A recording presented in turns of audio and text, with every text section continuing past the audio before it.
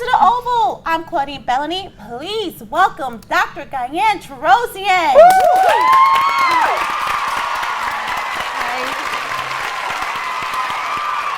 Good to see you. Good to see you. Outside of class.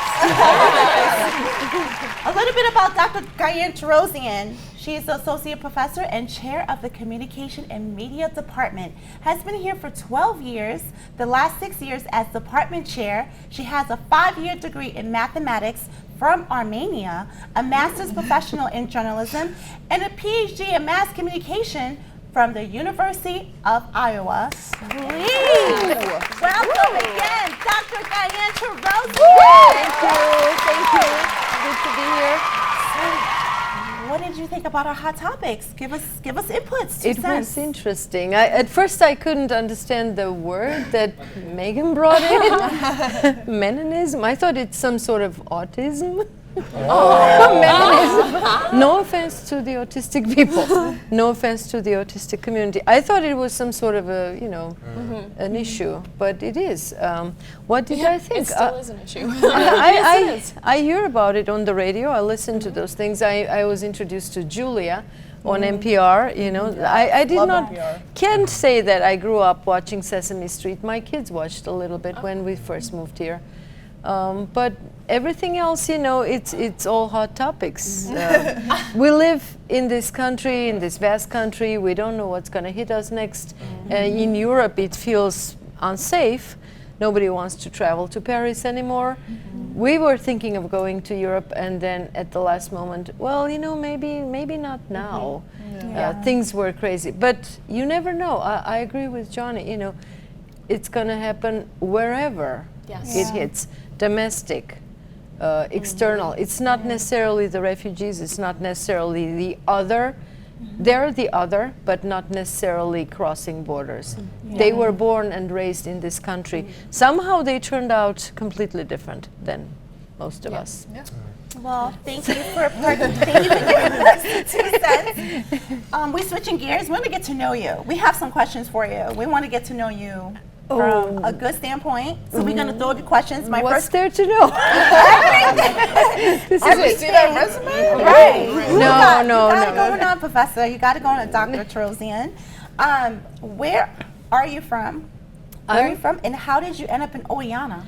Well, that's a very interesting question. I needed a job. I got it. As the provost who interviewed me asked, why did you choose Oneant? I said, because I needed a job. I was born in Armenia, in the capital city, Yerevan. It's about the size of Atlanta. I went to school there, was trained in mathematics. When I was little, I wanted to be a journalist and wear glasses, like the bicycle glasses, because it was the 70s. I grew up, became a journalist, and the glasses I wear are reading glasses. Not big, but small. I came here on a scholarship, which I won competitively because I had already a family back then, and thank you. The embassy thought that if they let me come here, my family would be guaranteed that I go back, and I did. Wow. But then I came back to continue my education in the PhD program. Why Iowa? Again, I did not choose it. It chose me because that's where they placed me. Iowa actually has the best writing program in this country, and I'm very proud to have learned to write. Wow. Nice. That's great. Amazing. I love education. Yeah. Thank you. Next question, I think whoever comes next, asks Dr. Torosyan. So I want to know how was it difficult to culturally transition from the Soviet Union to America? Yes, I experienced 2 transitions. One when the Soviet Union fell apart. Wow. Gradually, no one believed it would happen, but it did implode. And then the next thing, I moved here. I was like, I could go to a gas station and buy sweets from there and think that it's good sweets. It was a very slow and not so hard because the transition was not too difficult because I knew the language. I was already working as an interpreter. The first time I heard American English, it was like a wall. I couldn't get it. Yeah. And then, they took me to Atlanta and took me to theater. It was a comedy. I was looking people were laughing, and I was just not getting a single word. But I had 10 years plus of high school English, but it was British. So yeah, it was kind of difficult. There are things that no one understands, but you know, it is there. All right. All right, so I'm next. Okay, All right. Jasmine. So what was the media like in the former Soviet Union compared to the U.S.? It was very controlled, party controlled, one media, one government run. Let's talk about radio, for example. On the walls, we had those radio receivers just broadcasting whatever the government said.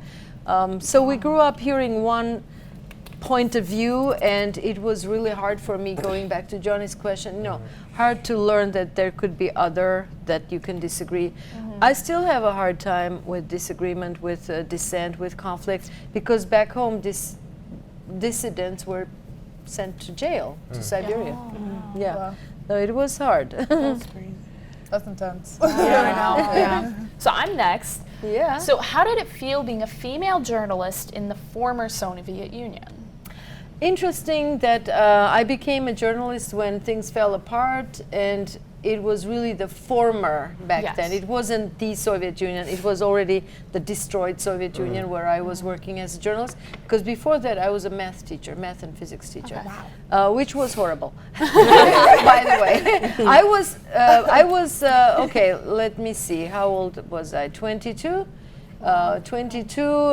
Expecting my first child, teaching 16-year-old delinquent male students in a trade school, in a junior college, who were making fun of me, That was hard. But back to the other question, being female was always difficult because they didn't respect women as much as they should.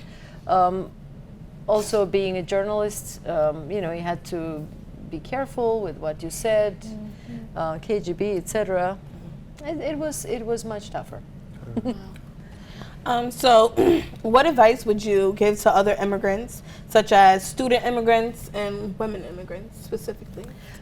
I think that we are the best people who choose to come here from our respective countries because we love this country, and we want to believe that America is still the best country. It's not great again, it's great still. It's always great. And I think that we have the strongest drive as immigrants. We have the strongest drive plus flexibility as women, because women have to maintain their personal lives, their family, their relationship, their parents, their children. It's not a secret that women raise their kids along with their partners, but women are moms, and they're They raise also their husbands sometimes. Good point. Good point. A good woman, I can't resist quoting Michelle Obama, my favorite quote. Someone said that when she was a young woman, she was going out with this restaurant owner or someone else, and someone asked, "What if you had married that man?" And she said, "Well, he would be the president of this." So I have that feeling about all of us, professional, dedicated, good women. That was awesome. That was awesome. We gotta give you a clap for that one. All right, Dr. Torosyan, the time has come. Okay. The lightning round. We're going to ask you some questions, and you need to answer them as quickly as you can. Sure. Can I say no comment? No, not allowed. Not allowed. And we're going to start with Talea. Go. So, froyo or ice cream? Ice cream and regular yogurt, plain. Okay. Yeah. Okay. Dark or milk chocolate? No milk. Almond milk and chocolate separate. I separate. So, coffee or tea? Coffee. Yes. And blood pressure going up. Blood pressure pills plus coffee. Latte. Okay, list your bunnies' names, because we know you have a few. My bunnies' Yeah. names. Okay, we rescued 6 bunnies. One of them gave birth. to 4. Our initial bunny's name is very, very fancy. It's Bunny. Because my daughter had, very rich imagination. She named her Bunny.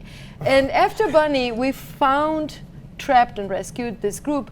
Of the 6, 2 went to Dr. Puritz on Main Street, Oneonta Veterinary Hospital. You know this. And the other 4 ended up in my house. So I gave them very awkward names, but then I changed them to nicknames. So we had Chocolate, who later turned into Bowie and lives in Hudson. We have Star. These are the boys. Star is such an awkward name, but he has starry pictures on his back. And now he's called Yojik. Because that means hedgehog. I don't know why. And he's partnered with our bunny. So we have Bunny and Yojik as a partner, as a partnership. And then we had Cutie, speaking of cute, who turned out to be very pregnant. So I was thinking of names. She had 4 babies, 4 kids. Wow. Lucky not 10, right? Yeah. So Yeah. I named them Misha, Pasha, Sasha, and Dasha. Why? Because these are gender neutral names. Misha in America, it could be female and male. And these are all Russian names. I don't know why. But then we were lucky that 3 of them were boys, 1 was is a girl, and they're all adopted. And finally we have Holly, because she was trapped on the holiday on Christmas. Yeah, Bunny's name. That wasn't so quick. That's awesome. That was cute. I really like those things. Thank you. Texting or calling? I text a lot, but calling would make things better. Yes. Awesome. Agreed. Awesome. Very agreed. Let's give a round. That was awesome. So, Dr. Torosyan, before we go, I know you recently came out with a book. Why don't you tell us a little bit about it? Oh, let me show you. My book is actually not just mine, it's Dr. Brian Lowe's and mine. Dr. Brian Lowe teaches in the sociology department. He has written a large body of literature, of research on animals. He teaches animals in society. In the fall semester, he's taking a group of students to Watkins Glen to do a domestic intercultural immersion program where students will be watching the farm sanctuary operation, living there, eating, sleeping, and learning. And I'm encouraging all of you to join that. My book is predictably about bunnies. It's called Nobody Wants to Eat Them Alive. I call my book Nobody Wants to Read It While Alive. No offense, Brian. But it's available on Amazon for $4. The content is available for free because this is meant to raise awareness, not to make money, and I'll be giving away copies, so please come get your signed And copy. I have a bunny, so I will be Yes. getting Yes. one of those. What's What the will the name? cause? My What's bunny's name is Leo. Leo, okay. His Instagram page is super cute too. Just shout out. Check it out. I follow it. I'll check it out. Thank you. That's all the time we have for today. Thank you, Dr. Torosyan, for joining us. You can find Dr. Torosyan's book, Nobody Wants to Eat Them Alive, on Amazon.com. From me and my lovely co-host, thank you for watching the